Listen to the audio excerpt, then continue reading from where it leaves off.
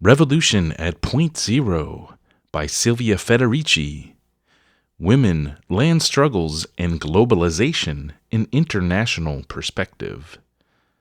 Despite a systematic attempt by colonial powers to destroy female systems of farming across the planet, women today constitute the bulk of agricultural workers and are in the forefront of the struggle for a non-capitalist use of natural resources, land, forests, waters.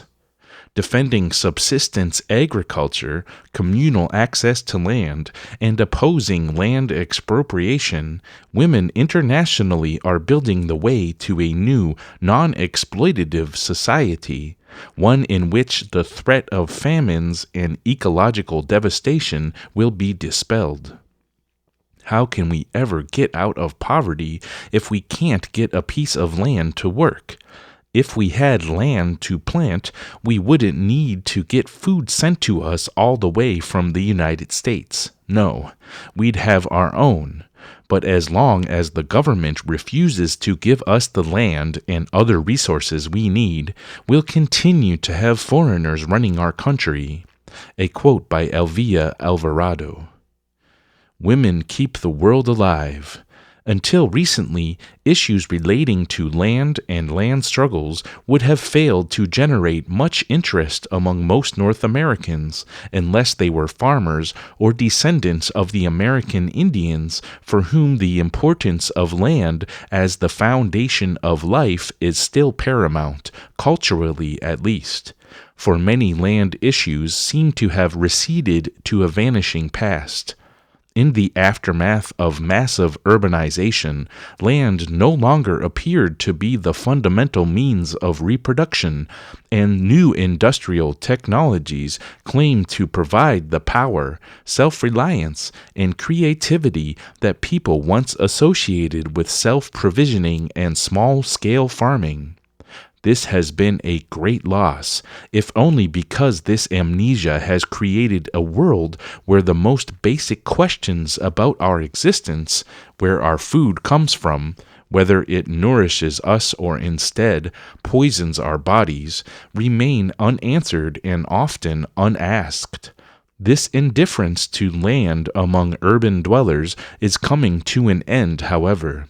Concern for the genetic engineering of agricultural crops and the ecological impact of the destruction of the tropical forests, together with the example offered by the struggles of indigenous people, such as the Zapatistas, who have risen up in arms to oppose land privatization, have created a new awareness in Europe and North America about the importance of the land question, not long ago still identified as a third world issue.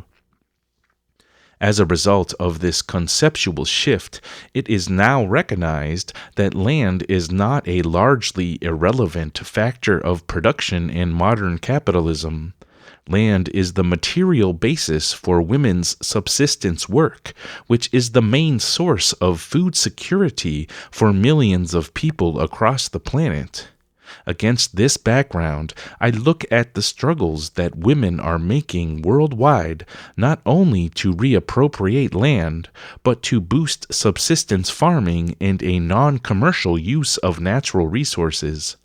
These efforts are extremely important, not only because thanks to them billions of people are able to survive, but because they point to the changes that we have to make if we are to construct a society where reproducing ourselves does not come at the expense of other people nor presents a threat to the continuation of life on the planet. Women and Land, a Historical Perspective. It is an undisputed fact, but one difficult to measure, that in rural as well as urban areas, women are the subsistence farmers of the planet. That is, women produce the bulk of the food that is consumed by their families, immediate or extended, or is sold at the local markets for consumption, especially in Africa and Asia, where the bulk of the world population lives. Subsistence farming is difficult to measure because, for the most part, it is unwaged work and often is not done on a formal farm. Moreover, many of the women who do it do not describe it as work. This parallels another well-known economic fact. The number of houseworkers and the value of their work are hard to measure. Given the capitalist bias toward production for the market, housework is not counted as work and is still not considered by many as real work. International agencies such as the Food and Agriculture Association, or FAO, the International Labor Organization, the ILO, and the United Nations have often ignored the difficulties presented by the measurement of subsistence work, but they have recognized that much depends on what definition is used. They have noted, for instance, that in Bangladesh, the labor force participation of women was 10% according to the Labor Force Survey of 1985 to 86. But when, in 1989, the Labor Force Survey included in the questionnaire specific activities such as threshing, food processing, and poultry rearing, the economic activity rate went up to 63%.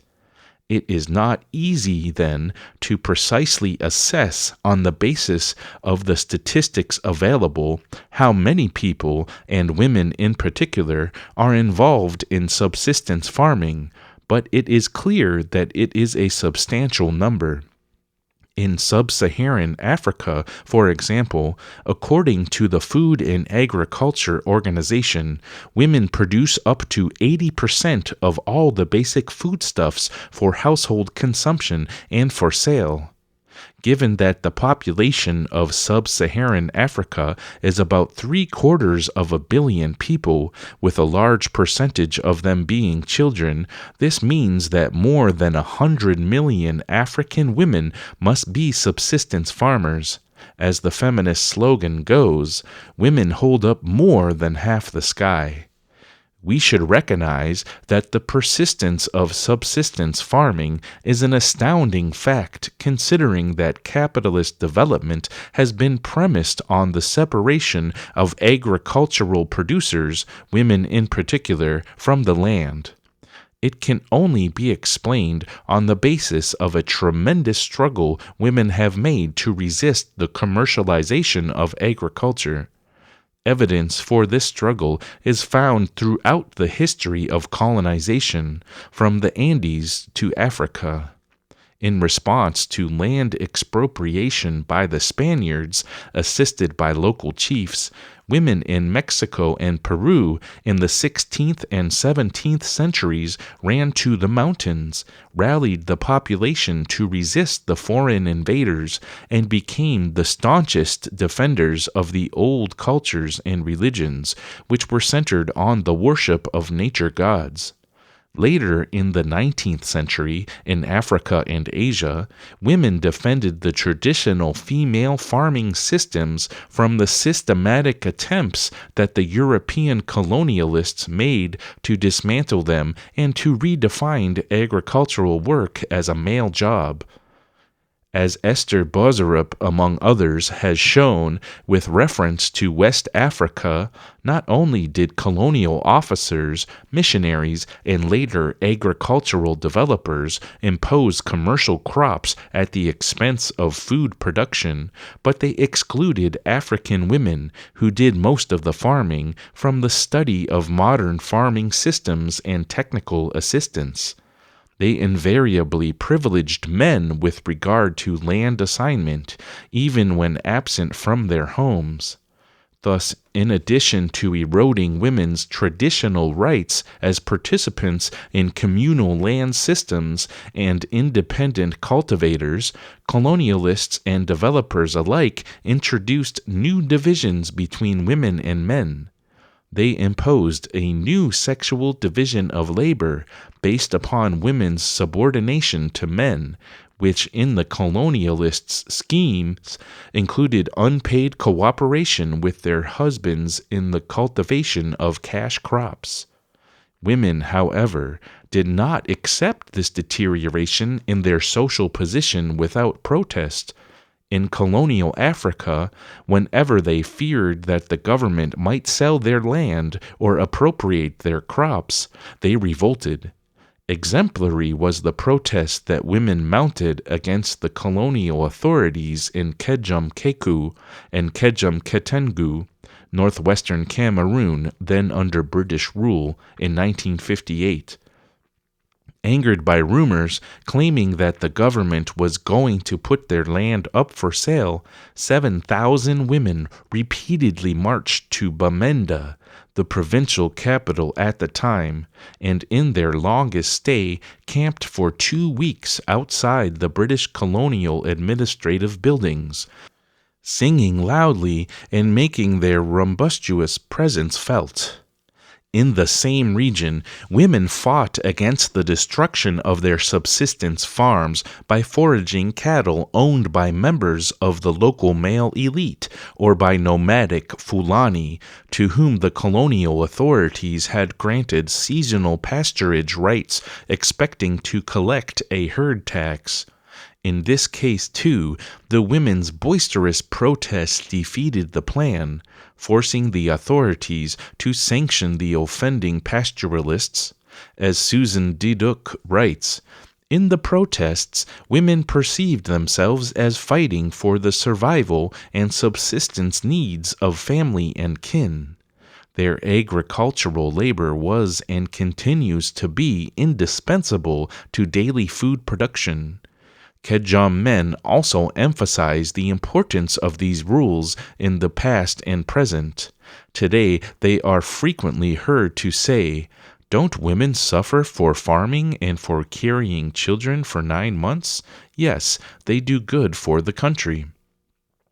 There were many similar struggles in the 1940s and 1950s throughout Africa, by women resisting the introduction of cash crops and the extra work it imposed on them, which took them away from their subsistence farming. The power of women's subsistence farming, from the viewpoint of the survival of the colonized communities, can be seen from the contribution it made to the anti-colonial struggle, in particular to the maintenance of liberation fighters in the bush, for example in Algeria, Kenya, and Mozambique. In the post-independence period as well, women fought against being recruited in agricultural development projects as unpaid helpers of their husbands. The best example of this resistance is the intense struggle they made in the Senegambia against cooperation in the commercial cultivation of rice crops, which came at the expense of their subsistence food production. It is because of these struggles, which are now recognized as the main reasons for the failure of the agricultural development projects of the 1960s and 1970s, that a sizable subsistence sector has survived in many regions of the world. Despite the commitment of pre- and post-independence governments to economic development along capitalist lines, the determination of millions of women in Africa, Asia, and the Americas to not abandon subsistence farming must be emphasized to counter the tendency, common even among radical social scientists, to interpret the survival of female subsistence agriculture as a function of international capital's need to both cheapen the cost of the reproduction of labor and liberate male workers for the cultivation of cash crops and other kinds of waged work. Claude Millesou, a Marxist proponent of this theory, has argued that female subsistence-oriented production, or the domestic economy, as he called it, has served to ensure a supply of cheap workers for the capitalist sector at home and abroad, and, as such, it has subsidized capitalist accumulation. As his argument goes, thanks to the work of the village, the laborers who migrated to Paris or Johannesburg provided a free commodity for the capitalists who hired them, since employers neither had to pay for their upbringing nor had to support them with unemployment benefits when they no longer needed their work. From this perspective, women's labor in subsistence farming is a bonus for governments, companies, and development agencies, enabling them to more effectively exploit wage labor and obtain a constant transfer of wealth from the rural to the urban areas, in effect degrading the quality of female farmers' lives.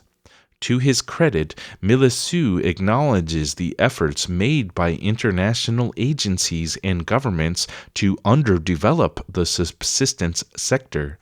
He sees the constant draining of its resources and recognizes the precarious nature of this form of labor reproduction, anticipating that it may soon undergo a decisive crisis. But he too fails to see the struggle underlining the survival of subsistence work and its continuing importance, despite the attack waged upon it, from the viewpoint of the community's capacity to resist the encroachment of capitalist relations. As for liberal economists, their view of subsistence work completely degrades it to the level of uneconomic, unproductive activity, in the same way as liberal economics refuses to see women's unpaid domestic labor in the home as work. Thus, liberal economists, even when appearing to take a feminist stand, propose as an alternative income-generating projects, the universal remedy to poverty and presumably the key to women's emancipation in the neoliberal era. What these different perspectives ignore is the strategic importance that access to land has had for women and their communities, despite the ability of companies and governments to use it at times for their own ends. An analogy can be made here with the situation that prevailed in some islands of the Caribbean, for example Jamaica, during slavery, when plantation owners gave the slaves plots of lands, provision grounds, to cultivate for their own support.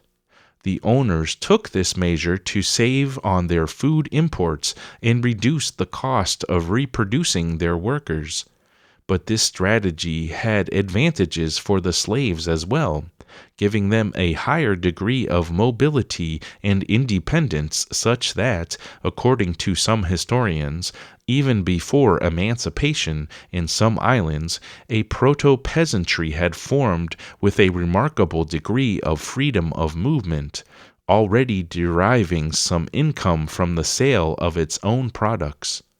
Extending this analogy to illustrate the post-colonial capitalist use of subsistence labor, we can say that subsistence agriculture has been an important means of support for billions of workers, giving wage laborers the possibility to contract better conditions of work and survive labor strikes and political protests, so that in several countries the wage sector has acquired an importance disproportionate to its small numerical size.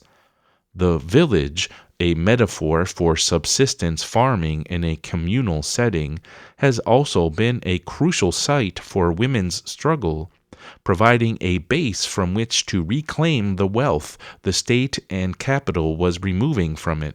It is a struggle that has taken many forms, often as much directed against men as against governments, but always strengthened by the fact that women had direct access to land, and, in this way, they could support themselves and their children and gain some extra cash through the sale of their surplus product. Thus, even after they became urbanized, women continued to cultivate any patch of land they could gain access to in order to feed their families and maintain a certain degree of autonomy from the market. To what extent the village has been a source of power for female and male workers across the former colonial world can be measured by the radical attack that, since the early 1980s through the 1990s, the World Bank, the International Monetary Fund, the IMF, and the World Trade Organization, WTO, have waged against it under the guise of structural adjustment and globalization. The World Bank has made the destruction of subsistence agriculture and the promotion of land commercialization the centerpiece of its ubiquitous structural adjustment programs. In the late 1980s and 1990s, not only has land been fenced off, but cheap, in other words subsidized, imported food from Europe and North America has flooded the now liberalized economies of Africa and Asia, which are not allowed to subsidize their farmers, further displacing women farmers from the local markets. Meanwhile, large tracts of once communal land have been taken over by agribusiness companies and devoted to cultivation for export. Finally, war and famine have terrorized millions into flight from their homelands. What has followed has been a major reproduction crisis of a type and proportions not seen even in the colonial period. Even in regions once famous for their agricultural productivity, like southern Nigeria, food is now scarce or too expensive to be within reach of the average person who, in the wake of structural adjustment, has to simultaneously contend with price hikes, frozen wages, devalued currency, widespread unemployment, and cuts in social services. Here is where the importance of women's struggles for land stands out. Women have been the main buffer for the world proletariat against starvation under the World Bank's neoliberal regime. They have been the main opponents of the neoliberal demand that market prices determine who should live and who should die, and they are the ones who have provided a practical model for the reproduction of life in a non-commercial way. Struggles for subsistence and against globalization in Africa, Asia, and the Americas. Faced with a renewed drive toward land privatization, the extension of cash crops, and the rise in food prices in the age of globalization, women have resorted to many strategies pitting them against the most powerful institutions on the planet. The primary strategy women have adopted to defend their communities from the impact of economic adjustment and dependence on the global market has been the expansion of subsistence farming, also in the urban centers.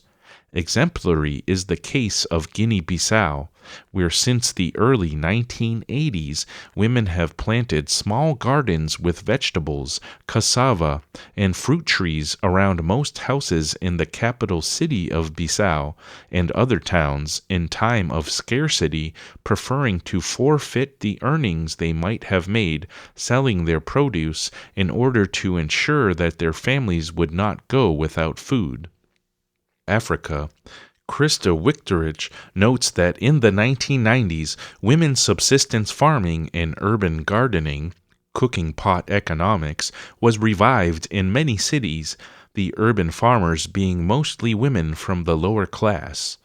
There were onions and papaya trees instead of flower borders in front of the housing estates of underpaid civil servants in Dar es Salaam, chickens and banana plants in the backyards of Lusaka, vegetables on the wide central reservations of the arterial roads of Kampala, and especially of Kinshasa, where the food supply system had largely collapsed. In Kenyan towns, too, green roadside strips, front gardens, and wasteland sites were immediately occupied with maize, plants, sukumwiki, the most popular type of cabbage. To expand food production, however, women have had to expand their access to land, which the international agency's drives to create land markets have jeopardized. In order to have land to farm, other women have preferred to remain in the rural area, while most men have migrated, with the result that there has been a feminization of the villages, many now consisting of women farming alone or in women's co-ops. Regaining or expanding land for subsistence farming has been one of the main battles also for rural women in Bangladesh, leading to the formation of the Landless Women Association that has been carrying on land occupations since 1992.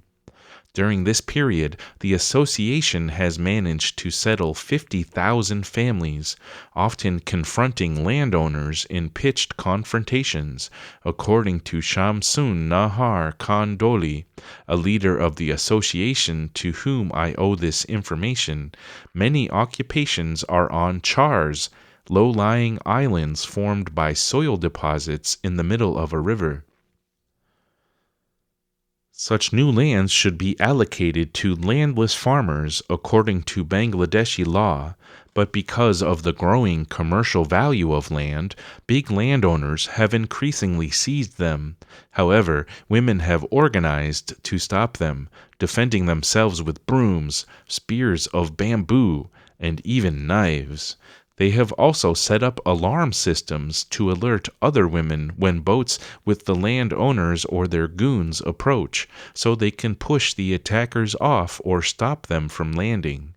Similar land struggles are being fought in South America. In Paraguay, the Peasant Women's Commission, or CMC, was formed in 1985 in alliance with the Paraguayan Peasants Movement, MCP, to demand land distribution. As Joe Fisher points out, the CMC was the first peasant women's movement that went to the streets in support of its demands and incorporated in its program women's concerns, also condemning their double oppression as both peasants and as women. The turning point for the CMC came when the government granted large tracts of land to the peasant movement in the forest close to the Brazilian border.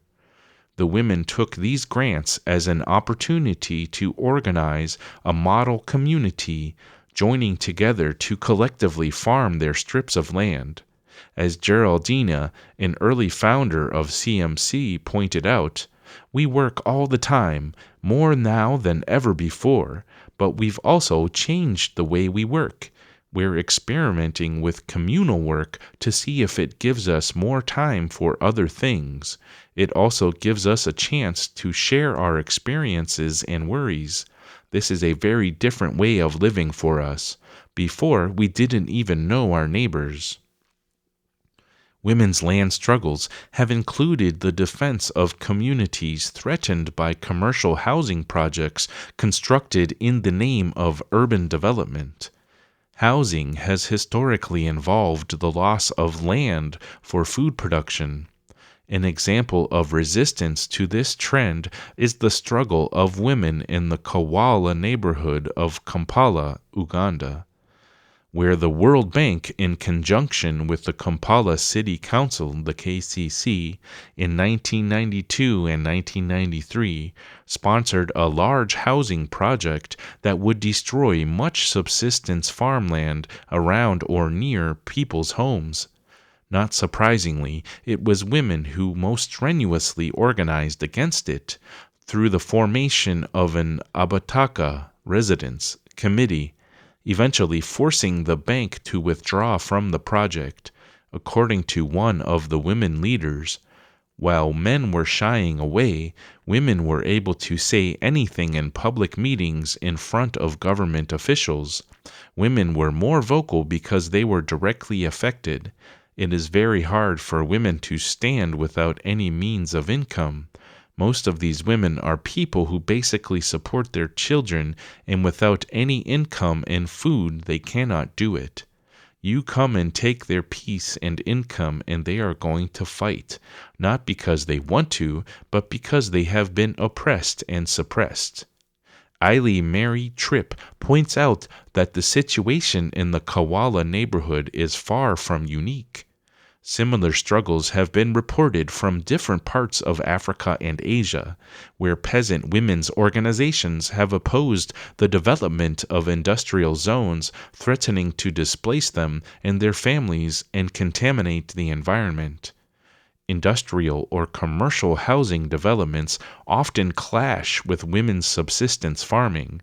In a context in which more and more women, even in urban centers, are gardening, in Kampala, women grow 45% of the food for their families. And to add that in defending land from the assault by commercial interests and affirming the principle that land and life are not for sale, women again, as in the past against colonial invasion, are defending their people's history and their culture. In the case of Kawala, the majority of residents on the disputed land had been living there for generations and had buried their kin there. For many in Uganda, the ultimate evidence of land ownership. Tripp's reflection on this land struggle are pertinent to my discussion so far. Stepping back from the events of the conflict, it becomes evident that the residents, especially the women involved, were trying to institutionalize some new norms for community mobilization, not just in Kawala, but more widely in providing a model for other community projects. They had a vision of a more collaborative effort that took the needs of women, widows, children, and the elderly as a starting point and recognized their dependence on the land for survival. Two more developments need to be mentioned in conjunction with women's defense of subsistence production. First, there has been the formation of regional systems of self-sufficiency aiming to guarantee food security and maintain an economy based on solidarity and the refusal of competition. The most impressive example in this respect comes from India, where women formed the National Alliance for Women's Food Rights, a national movement made of 35 women's groups. One of the main efforts of the alliance has been the campaign in defense of the mustard seed economy that is crucial for many rural and urban women in India. A subsistence crop, the seed has been threatened by the attempts of multinational corporations based in the United States to impose genetically engineered soybeans as a source of cooking oil. In response, the alliance has built direct producer-consumer alliances in order to defend the livelihood of farmers and the diverse cultural choices of consumers, as stated by Vandana Shiva in 2000. One of the leaders of the movement. In her words, we protest soybean imports and call for a ban on the import of genetically engineered soybean products. As the women from the slums of Delhi sing, Sarsan Bachao Soya Baga, or Save the Mustard, Dump the Soya. Second, across the world, women have been leading the struggle to prevent commercial logging and save or rebuild forests, which are the foundation of people's subsistence economies, providing nourishment as well as fuel, medicine, and communal relations. Forests, Vandana Shiva writes, echoing testimonies coming from every part of the planet, are the highest expression of Earth's fertility and productivity. Thus, when forests come under assault, it is a death sentence for the tribal people who live in them, especially the women. Therefore, women do everything to stop the loggers. Shiva often cites in this context the Chikpo movement, a movement of women in Garhwal, in the foothills of the Himalayas, who, beginning in the early 1970s, started to embrace the trees destined to fall and put their bodies between them and the saws when the loggers came. while women in Garhwal have mobilized to prevent forests from being cut down. In villages of northern Thailand, they have protested the eucalyptus plantations forcibly planted on their expropriated farms by a Japanese paper-making company with the support of the Thai military government. In Africa, an important initiative has been the Green Belt movement, which under the leadership of Wangari Maathai has been committed to planting a green belt around the major cities, and since 1977 has planted tens of millions of trees to prevent deforestation, soil loss, desertification, and fuel wood scarcity. But the most striking struggle for the survival of the forests has taken place in the Niger Delta, where the mangrove tree swamps are being threatened by oil production. Opposition to it has mounted for 20 years, beginning in Ogarefe in 1984, when several thousand women from the area laid siege to Pan Ocean's production station, demanding compensation for the destruction of the water, trees, and land. To show their determination, the women also threatened to disrobe themselves should their demands be ignored, a threat they put in action when the company's director arrived, so that he found himself surrounded by thousands of naked women, a serious curse in the eyes of the Niger Delta communities, which convinced him at the time to accept the reparations claims. The struggle over land has also grown since the 1970s in the most unlikely place, New York City, in the form of an urban gardening movement. It began with the initiative of a women-led group called the Green Guerrillas, who began cleaning up vacant lots in the Lower East Side.